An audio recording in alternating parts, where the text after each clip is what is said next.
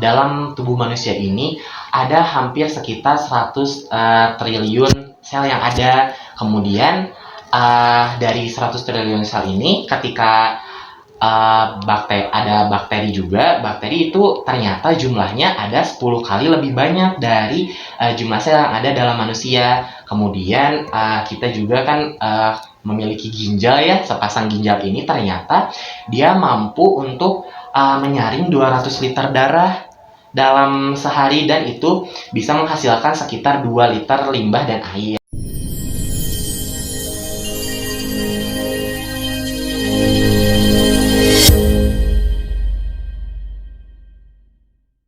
Bismillahirrahmanirrahim. Assalamualaikum warahmatullahi wabarakatuh. Halo Sobat Kemis dan Sobat Pecinta Podcast Hamka. Gimana nih kabarnya? Mudah-mudahan kita selalu diberikan kesehatan dan lindungan dari Allah Subhanahu wa Ta'ala. Gak kerasa ya, kita sudah di penghujung tahun 2023 ini. Waktu memang begitu terasa cepat. Makanya kita harus memanfaatkan waktu sebaik-baiknya. Masih ingat gak nih sama aku yang pernah memandu podcast ini juga di episode 6 kemarin mengenai batu? Bagi kalian yang belum menonton episode batu, jangan lupa untuk nonton setelah kalian menonton dari episode sekarang ini. Bagi kalian juga yang belum kenal aku, perkenalkan, nama aku Lala Aulia Nurhaliza yang akan memandu podcast di Hamka Podcast Studio ini. Nah, tentunya aku di sini gak sendirian ya. Aku di sini ditemenin sama pemateri kece kita nih. Nah, kalian juga pasti sudah kenal sama pemateri kita karena pemateri kita juga merupakan mahasiswa aktif pendidikan kimia UIN Sunan Gunung Jati Bandung. Tapi kita juga harus kenalan lagi ya Kang, karena tentunya di sini yang nonton bukan hanya dari pendidikan kimia saja. Boleh Kang perkenalkan dulu secara singkat agar yang belum tahu bisa lebih tahu dan kenal kepada pemateri yang akan menyampaikan materi pada kali ini. Oke, sebelumnya halo semuanya. Perkenalkan, saya Adi Muhammad Nurdiansyah. Di sini saya sudah semester 5 ya di program studi pendidikan kimia teh. Wah, ternyata Sobat Cemis, Kang Adi ini merupakan mahasiswa aktif semester 5 dan tentunya ini berarti tinggal setengah perjalanan lagi ya Kang? Iya nih teh, setengah perjalanan lagi menuju semester akhir, mudah-mudahan ya. Mudah-mudahan diberi kemudahan untuk melaksanakan tugas-tugas kuliahnya. Ngomong-ngomong semester 5, apa aja nih kegiatan Kang Adi selama semester 5 sekarang ini? Untuk sekarang semester 5 biasalah ya, kesibukan mahasiswa. Kalau nggak nugas, laprak, sama praktikum. Tapi saya juga aktif sebagai pengurus gitu di Himpunan Mahasiswa Pendidikan Kimia. Nah, tadi kan sudah kenalan nih sama Kang Adi ini. Di episode ini kita akan mengupas tuntas tentang fakta dari manusia. Dan bagaimana sih Al-Quran menginterpretasikan manusia? Ngomong-ngomong soal manusia nih Kang, manusia ini merupakan manusia yang sangat kompleks ya Kang? Iya sih, manusia itu emang dari zaman dulu sampai zaman sekarang juga emang banyak banget nih kayak ide-ide ataupun pemikirannya gitu, hingga manusia dari zaman dulu sampai sekarang terus berkembang gitu setiap zamannya. Dan karena itu juga manusia kegiatannya juga benar-benar kompleks, baik itu secara individunya ataupun dari kegiatan secara sosialnya gitu. Wah, betul sekali nih Kang, sampai-sampai berita yang ada di TV bahkan media sosial, manusia tuh gak pernah kehabisan ide, kehabisan topik, ya Kang? Iya. Oke, kita mulai sedikit serius nih Kang. Jadi dengan segala kekompleksannya, gimana nih Kang manusia itu diciptakan? Oke, untuk penciptaan manusia ini kita balik lagi nih, kita ke pelajaran IPA di bagian biologi. Jadi manusia ini tercipta dari pertemuannya antara sel telur dengan sel sperma yang menghasilkan zigot yang akan menempel pada dinding rahim gitu. Nanti kemudian zigot itu akan berkembang selama 9 bulan di rahim ibu dan kemudian lahir ke dunia sebagai bayi. Kurang lebihnya pembentukan manusia gitu secara biologis itu seperti itu Teh. Wah, iya ya Kang. Jadi kayak flashback lagi nih ke pelajaran IPA atau biologinya. Oke Kang, kalau itu kan menurut sudut pandang ilmu biologi. Nah, kalau menurut Al-Quran, bagaimana tuh manusia diciptakan? Oke nih, kalau misalnya tadi kita udah bicarain secara biologisnya gitu ya terkait pembentukan manusia ini, dan kemudian di Al-Quran juga ternyata ada terkait pembentukan manusia ini, itu ada di Quran surat Al-Hajj ayat 5. Mungkin bisa sambil teman-teman buka gitu ya Al-Qur'annya, bisa dilihat juga gitu artinya. Nah, di sini pada Quran surat Al-Hajj ayat 5 artinya yaitu wahai manusia, jika kamu meragukan hari kebangkitan, maka sesungguhnya kami telah menjadikan kamu dari tanah, kemudian menjadi mani, kemudian menjadi segumpal darah, dan kemudian menjadi segumpal daging yang sempurna kejadiannya dan yang tidak sempurna, agar kami jelaskan kepada kamu, dan kami tetapkan dalam rahim menurut kehendak kami sampai waktu yang telah ditentukan. Kemudian kami keluarkan kamu sebagai bayi, kemudian dengan berangsur-angsur kamu sebagai manusia sampai kepada usia dewasa.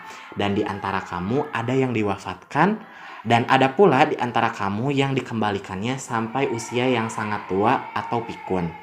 Dan sehingga dia tidak mengetahui lagi sesuatu yang telah diketahuinya. Dan kamu lihat bumi ini kering. Kemudian apabila kami telah turunkan air hujan di atasnya, hiduplah bumi itu dan menjadi subur dan menumbuhkan berbagai jenis pasangan atau tumbuhan yang indah. Jadi di sini diterangkan ya Teh, bahwasannya manusia itu diciptakan dari tanah, kemudian menjadi segumpal darah, kemudian menjadi daging, dan dia diam di rahim ibu kurang lebih selama 9 bulan. Lalu dia juga kemudian dilahirkan sebagai bayi dan terus hidup sampai dewasa, kemudian dia wafat dan dikembalikan lagi ke tanah gitu. Jadi kurang lebihnya kalau dari Al-Quran ini konsepnya diawali dari tanah dan dikembalikan lagi ke tanah gitu. Masya Allah, begitu teraturnya ya Kang, Allah ciptakan kita. Ternyata kita semua diciptakan dari asal yang sama, yaitu tanah, dan kembali lagi ke tanah ya Kang. Iya. Tapi kenapa sih Kang manusia itu sifatnya bisa berbeda-beda begitu?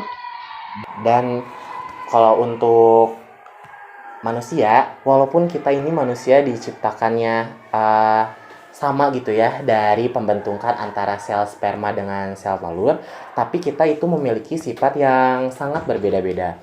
Nah, ini itu dijelaskan pada Quran surat An-Nahl ayat 4. Nah, mungkin teman-teman juga bisa lihat gitu ya di Quran surat An-Nahl ayat 4. Itu artinya dia telah menciptakan manusia dari mani, tetapi tiba-tiba ia membantah jadi si pembantah yang nyata.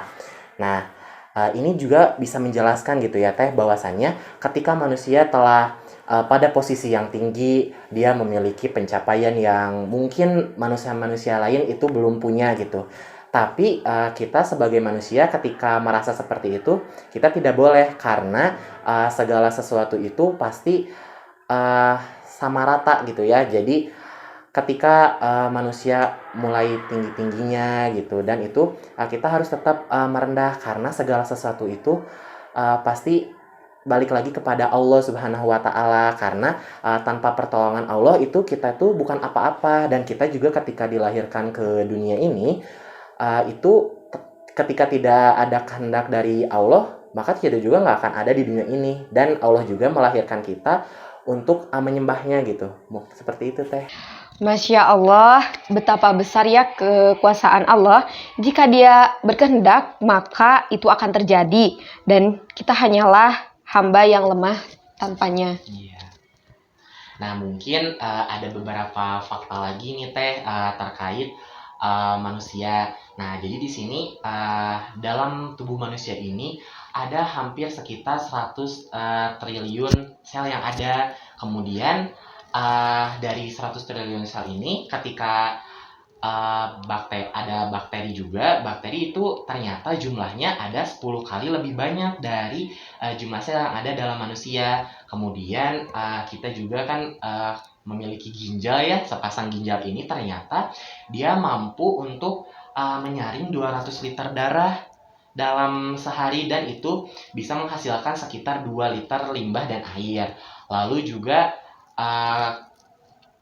dia juga bisa tubuh manusia ini bisa menghasilkan detak jantung. Jantung ini dapat berdetak gitu sekitar 3 miliar dalam satu periode masa hidupnya. Lalu manusia juga memiliki sepasang paru-paru yang dimana ternyata paru-paru sebelah kiri itu lebih kecil 10% dibanding paru-paru yang sebelah kanan. Jadi kurang lebihnya itu banyak sekali fungsi yang ada pada tubuh manusia, sehingga kita itu tidak boleh merendahkan ciptaan Allah Subhanahu wa Ta'ala. Benar-benar menarik dan sangat menakjubkan ya Kang ternyata. Nah, barusan kan merupakan fakta menarik manusia. Pasti ada dong kaitannya dengan reaksi kimia yang ada di dalam tubuh kita ini. Nah, bagaimana sih Kang hal itu bisa terjadi? Oke, mungkin sekarang udah masuk ke reaksi kimia ya, karena kita juga mahasiswa pendidikan kimia, jadi kita melihat manusia dari sisi kimianya. Ternyata pada tubuh manusia ternyata banyak sekali reaksi-reaksi kimia, dan tentu saja ini akan dibahas beberapa agar para sobat cemis itu mencari langsung gitu ya terkait reaksi-reaksi kimia yang ada pada tubuh manusia. Mungkin kita akan jelaskan hanya 3 saja gitu ya. Ada reaksi metabolisme, kemudian reaksi pernapasan, dan reaksi pada pencernaan.